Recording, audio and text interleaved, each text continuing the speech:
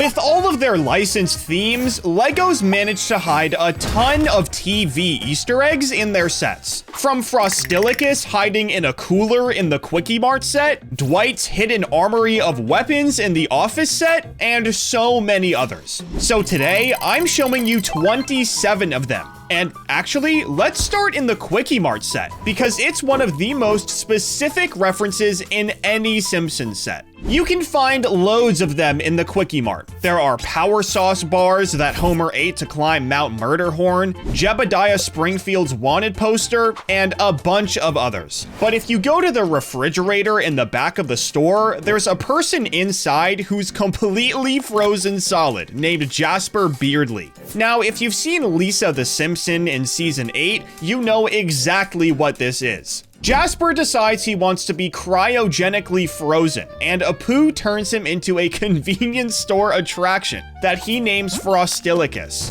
In the show, people literally come to the Quickie Mart just so they can see an old man frozen in a freezer. So in the set, he was kind of hiding in the back. And speaking of hidden things, the Office set from 2022 has references to Season 3, Episode 19, The Negotiation. And if you've seen it, you know this is when Dwight reveals that he's been hiding weapons all over the office for self-defense. Swords, throwing stars, daggers, even a blow dart gun, just stashed in random spots throughout the whole place. The reveal is completely absurd because everyone's been working in an office surrounded by hidden weapons for years, but LEGO actually built this into their set. There's a sword wedged between Jim's and Dwight's desks in the exact way Dwight would hide it. But that same Office set has something even deeper that almost nobody would ever catch. There's a sticker in the build that recreates a real takeout menu from Terry's Diner.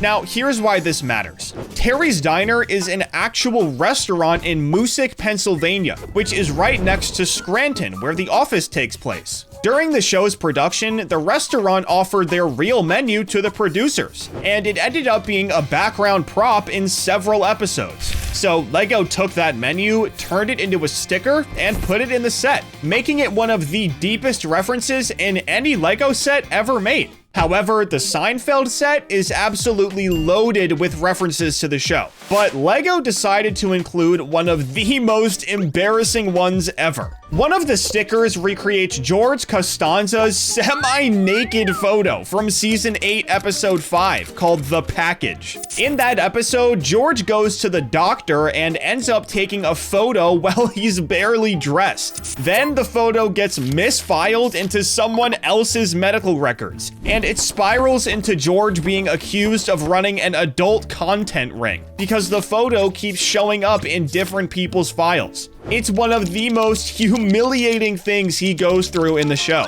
and LEGO somehow decided it'd be a good fit for their set. But there's a very low-key tribute hiding on Jerry's fridge that most people would walk right past. Mixed in with all the magnets, photos, and random stuff, there's a tiny portrait of Larry David. Now, Larry co-created Seinfeld with Jerry and wrote the majority of the show's episodes, but he himself was never in any of them during the show's original run. So LEGO put his face on the fridge as this subtle tribute to one of the guys who made the show possible. And one more Seinfeld reference that's super specific, the minifigure for Elaine Bennis comes with an accessory of a goldfish in a bag. This comes from an episode when she tries to transport a goldfish on the subway. It's the kind of extremely specific prop that only hardcore fans would recognize. But moving over to Friends, the Central Perk set from 2019 is relatively small compared to the other TV-themed sets that LEGO's made.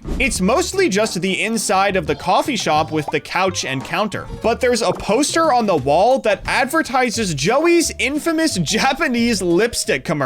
In the show, Joey films this ad that airs in Japan, and he shows it to Chandler to show him that he has range as an actor. It's a pretty deep reference for such a compact build. But the much bigger Friends set, the Apartments from 2021, has a reference that used actual engineering, which makes it super sick. Joey and Chandler's matching recliners don't just look like recliners, they actually recline. Lego built a working mechanism into both chairs, so you can physically recline them. Obviously, Joey and Chandler love these chairs more than anything, so their minifigures probably would have been really sad if they couldn't sit in them the right way. But another cool reference is the door to Joey and Chandler's apartment, because it has the iconic Magna Doodle hanging on it. In Friends, there was a different message or drawing on that board in basically every single episode since it showed up. It was barely ever the center of attention, but Lego included 3 different stickers for the board, and all 3 of them are based on real messages that actually showed up in different episodes. But there's also a movie poster in the apartment that has a subtle change most people wouldn't catch. In the actual show, there's a poster that says Les Mystères de New York in French, and it's in Joey and Chandler's apartment. But in the Lego set, the poster says Les Mystères de Billund.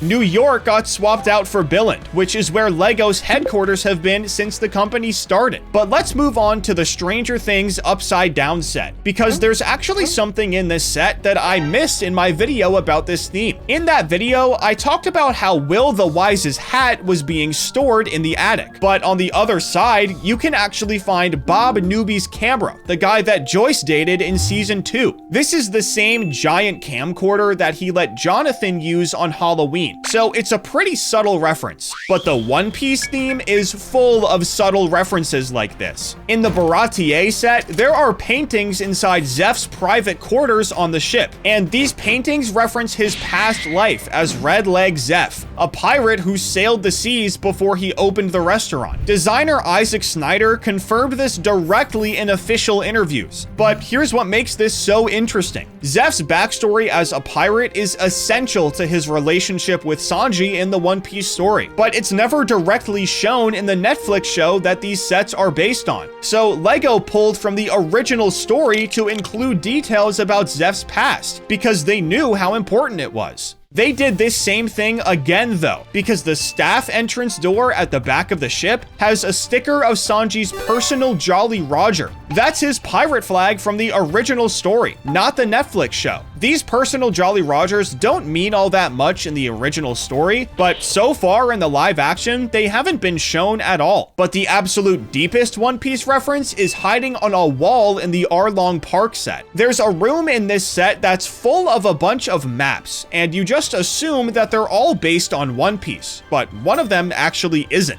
This one is taken directly from the classic Lego Pirates theme from back in the day. Arlong's version is split across 2 pieces of paper, but it's definitely the map from Lego Pirates. But now, let's take a look at the Sesame Street set, because it's absolutely packed with Easter eggs. Let me start with one that has multiple layers to it. Big Bird's nest in this set has his teddy bear Radar sitting on it. Now, on the surface, that's just Big Bird's stuffed animal. But here's the thing that makes it deeper. Radar was specifically named by Big Bird's puppeteer Carol Spinney as a tribute to Walter Radar O'Reilly from MASH, a sitcom from the 70s. So the Sesame Street set is secretly referencing a different TV show in a different genre. It's like a Russian doll. But the beloved Count Von Count didn't make it into this set as a physical minifigure, which disappointed some fans who wanted the whole cast. So the designers put a giant portrait of him above Cookie Monster's TV, and it's genuinely massive compared to the size of the room. So even though he couldn't be here as a minifigure, it's obvious that Lego didn't forget about him. But Cookie Monster's room also has a sticker of his alter ego, Alistair Cookie, on the wall. Alistair Cookie was the pipe-smoking host of Monster Piece theater segments that started airing in 1978. The character had a pipe as part of his sophisticated persona, but in the late 1980s, the pipe got removed entirely because of pressure from parents who didn't want smoking in kids' shows. Lego included the Alistair Cookie sticker anyway, as a callback to the original version of the character.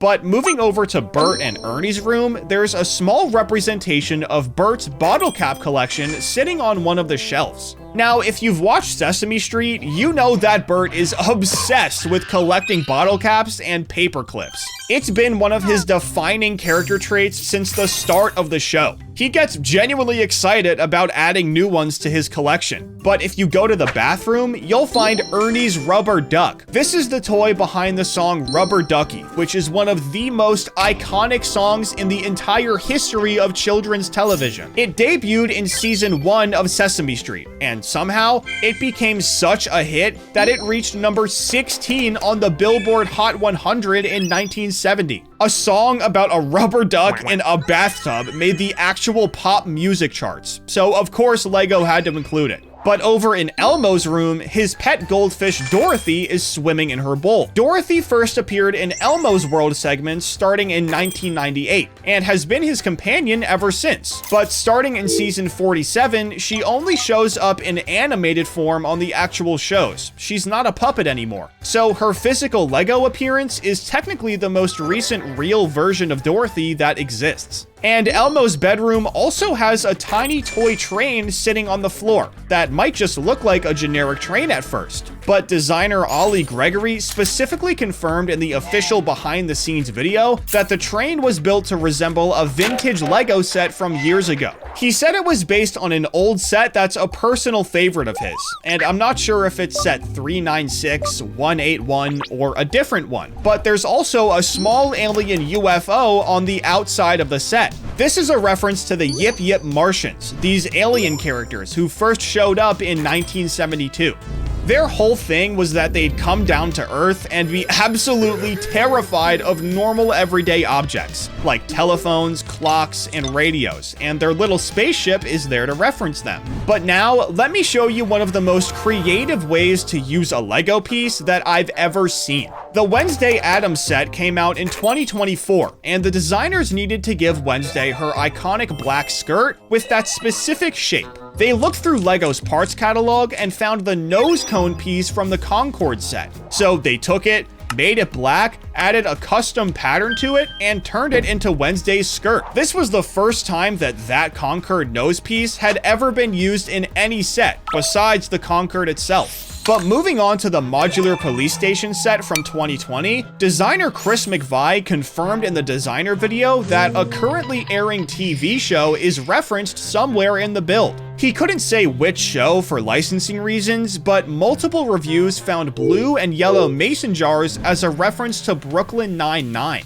There's a really famous cold open in that show where Hitchcock and Scully have matching blue and yellow mason jars. And even though Lego can't officially confirm it's Brooklyn Nine-Nine by name, it's pretty much confirmed that that's what it is. Now, the Big Bang Theory set has a really specific reference hiding in Sheldon and Leonard's apartment. There's a tiny red micro figure sitting on top of the bookshelf that reviewers identified as the Flash. This references Sheldon's obsession with the Flash throughout the entire run of the show. He talks about the Flash constantly, argues about the Flash, wears Flash t-shirts, so there's no way it could be anyone else. But there's a detail on a certain minifigure in the Nightmare Before Christmas set that you can't see unless you literally take the minifigure apart. That minifigure is Sandy Claus, which is what they call Santa in the movie, and he has a candy corn pattern printed on his torso that's completely hidden under his beard piece. So you have to physically remove the beard from the minifigure just to see the design. Clearly, this was meant to be a very subtle reference, but which TV Easter egg surprised you the most in this video? Be sure to let me know down in the comments, and don't forget to subscribe.